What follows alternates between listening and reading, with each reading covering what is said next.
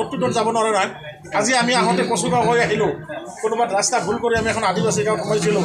সেই আদিবাসী গাঁওখন দেখি বৰ আফচোচ লাগিছে যে BTCত এই ছুইজাৰলেণ্ডত এতিয়াও পজা ঘৰত মানুহে বসবাস কৰি আছে, এতিয়াও তিৰপাল টানি প্লাষ্টিক টানি মানুহ বসবাস কৰি আছে। গৰুবিলাক গছৰ ডালত গছত বান্ধি থৈ দিছে। তাৰমানে গোহালিখনত বৰাবৰ তেওঁলোকৰ আমাৰ বহু মানুহ UPPLৰ পৰা BPFৰ পৰা BJPৰ পৰা কংগ্ৰেছৰ পৰা বিভিন্ন দলৰ পৰা আমাৰ দলত মাটি লোৱাৰ দাবী। কেতিয়াবা আকৌ বাংলাদেশী এতিয়া সেইবাৰ শেষ হোৱাৰ পিছত NRCত আহিল, NRCত হাৰি গ'ল, NRCত দেখা গ'ল যে মানে 17,000 বিদেশীৰ ভিতৰত তেওঁলোকে বাংলাদেশী নহয়। বাংলাদেশী নহয় বুলি আপুনিও ক'ব নোৱাৰে, মই ক'ব নোৱাৰোঁ, BJPও ক'ব নোৱাৰে। কাৰণ তেওঁলোকে ভোট দি আছে যুগ যুগ ধৰি, তেওঁলোকৰ হাতত পান কাৰ্ডৰ পৰা আধাৰ কাৰ্ডৰ পৰা কিবা বেছি বেছি হ'ব। মুঠৰ ওপৰত আমি সকলোৱে প্ৰতিদ্বন্দ্বিতা কৰিম আৰু মিনিমাম নহয় মেক্সিমামেই হ'ব। চৰকাৰ গঠনৰ সময়ত তাক সমৰ্থন কৰিব, এতিয়া সিদ্ধান্ত হোৱা নাই।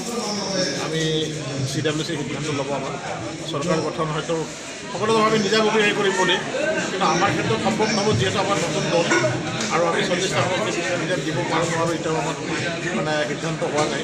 গতিকে সেয়া পিছত বিবেচনা কৰা যায়। চাওক, BPF UPPL বা BJPৰ শক্তিকটো আমি দেখিছোঁ। একেবিলাক ভোটাৰে UPPLৰ মিটিঙতো যায়, একেবিলাক ভোটাৰে আকৌ দেখা যায় নেক্সট দিনত পিছৰ দিনা দেখা যায় BPFৰ মিটিঙত মানে গেডাৰিং হয়। এই একেই ভোটাৰবিলাকে BJPৰ মিটিঙত গেডাৰিং হৈ আছে। সেইটো আপোনালোকে সাংবাদিকসকলে জানে। ৱেজেছ ছিষ্টেমত মানে হাজিৰা দি পেলাই যোৱা হৈছে। আৰু আমাৰ APP দলত যিসকল আহিছে একদম মুক্ত নিকা আৰু একদম বিনা স্বাৰ্থত আমাৰ ইয়াত আহিছে। তেওঁলোকে পেটত কাপোৰ বান্ধি আহিছে যে আমাৰ BTCখনক বচাব লাগে। আমি ইয়াতে সকলোৱেই সমিল মিলি জীয়াই থকাৰ এটা মানে প্ৰচেষ্টা হাতত ল'ব লাগে, যাৰ কাৰণে তেওঁলোকে বিনা স্বাৰ্থত আমাৰ APP দলত আহিছে। আজি যোগদান আছিলে এতিয়া more than 500 আমাৰ যোগদান হৈছে আৰু বহুত ঠাইত আমাৰ যোগদান হ'ব। এসপ্তাহ 15 দিনৰ ভিতৰত হয়তো আমাৰ বহু মানুহ UPPLৰ পৰা BPFৰ পৰা BJPৰ পৰা কংগ্ৰেছৰ পৰা বিভিন্ন দলৰ পৰা আমাৰ দলত চামিল হ'ব। আজি কোন দলৰ পৰা আহি যোগদান কৰিব? বেছিভাগে UPPL আৰু BJPৰ পৰা। বৰ্তমান বাতৰি শিৰোনাম নতুন কৰা বিষয়টো হ'ল উচ্ছেদ। আমাৰ যিহেতু BTCটো বহুত এনেকুৱা মাটিত বসবাস কৰি আছে, কাঠ মাটিত, আপোনালোকৰ স্থিতি কি থাকিব? আমাৰ স্থিতি সম্পূৰ্ণভাৱে বিৰোধী থাকিব। উচ্ছেদ যদি কৰে আমাৰ ক'বলগীয়া নাই। উচ্ছেদ কৰাটো যিটো ছিষ্টেম, যিটো ক্ৰাইটেৰিয়া, গভমেণ্টৰ যিটো ৰিহেবিলিটেশ্যনৰ ছিষ্টেম আছে, সেই ছিষ্টেমত উচ্ছেদ কৰক। কোনোবাই যদি কাঠ মাটি গভমেণ্ট চৰকাৰী মাটিত যদি কোনোবাই বসবাস কৰি আছে, তেওঁলোকে ৰিহেবিলিটেশ্যন কৰাৰ ব্যৱস্থা কৰক।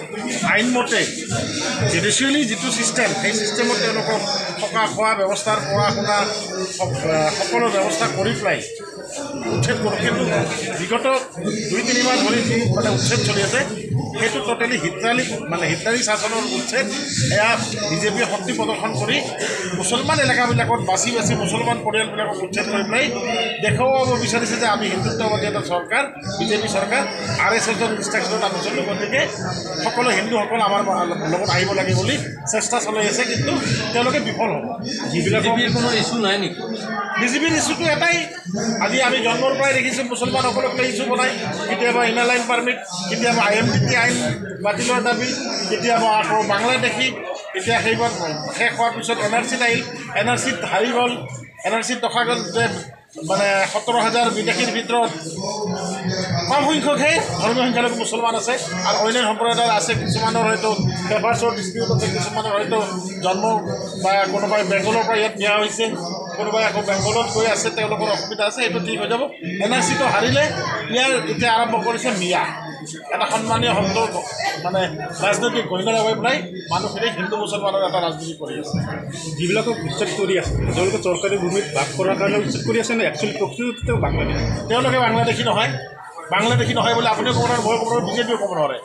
কাৰণ তেওঁলোকে ভোট দি আছে যুগ যুগ ধৰি, তেওঁলোকৰ হাতত পান কাৰ্ডৰ পৰা আধাৰ কাৰ্ডৰ পৰা মানে ভোটাৰ কাৰ্ডৰ পৰা আদি কৰি গোটেই মানে প্ৰমাণপত্ৰ আছে আৰু 70 বছৰ আগৰ পৰা তেওঁলোকে ভোট দি আছে।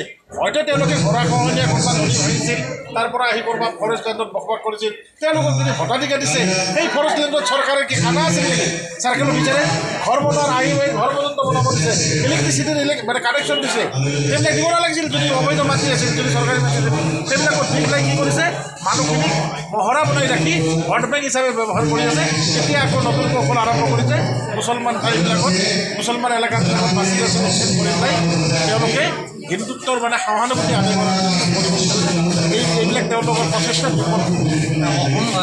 অসমত যিহেতু ইতিমধ্যে NRC ফাইনেল ড্ৰাফ্ট ওলাইছে, আকৌ SIR এটা ছিষ্টেম আনিছে, এইবিলাক মানুহ হেৰাস্তি কৰাৰ কাৰণে NRCৰ সময়ত সেই ধুবুৰীৰ মানুহ ডিব্ৰুগড়ত গৈছিল, বৰপেটাৰ মানুহ গৈছিল, এই শ্ৰীৰামপুৰত আহিব লগা হৈছিল।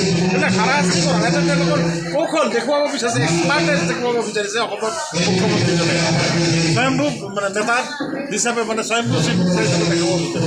অন্য একো নহয়, কাৰণ আমিতো এইবিলাকক গুৰুত্ব নকৰোঁ। কাৰণ 1987 আগৰ মানুহবিলাকত নালাগে, আমিতো তাৰ বহুত আগৰ মানুহ। ব্ৰিটিছৰ দিনৰ আমাৰ মানে দাদা পৰদাদাৰ PRC আছে, গতিকে আমি এইবিলাকক গুৰুত্ব নকৰোঁ। আপোনালোকৰ কোনোবা প্ৰত্যাহ্বান হ'ব নেকি? প্ৰত্যাহ্বানটো চাওক, প্ৰত্যাহ্বানটো হ'বই লাগিব। নিৰ্বাচন প্ৰতিযোগিতা কৰিলেতো কোনোবা না কোনোবা প্ৰত্যাহ্বান হ'বই লাগিব। গোসাইগাঁও মহকুমাত মুঠতে 5টা জিলাতে 5টা ব্লকতে খুব ভাল ৰিজাল্ট, আমি 5টাতে আমি জয়ী হৈ যাব পাৰিম। APPৰ BTID হেলিকপ্টাৰ উৰিব নেকি? চাওক, APP নতুন দল, কোনোবাই যদি সহযোগ কৰে আমাক হেলিকপ্টাৰ উঠাৰ কাৰণে সুবিধা দি উঠিম। কিন্তু আমাৰ হেলিকপ্টাৰ হ'ল জনসাধাৰণৰ চাইকেল, পিলপিলি, সৰু সৰু গাড়ী, অটো গাড়ী, এইবিলাকতে আমি কভাৰ কৰিব পাৰিম। তেতিয়াহে ড'ৰ টু ড'ৰ যাব পাৰিম। হেলিকপ্টাৰেটোতো ড'ৰ টু ড'ৰ যাব নোৱাৰে নহয়। আজি আমি আহোঁতে কচুগাঁও হৈ আহিলোঁ, কোনোবাত ৰাস্তা ভুল কৰি আমি এখন আদিবাসী গাঁৱত সোমাইছিলোঁ।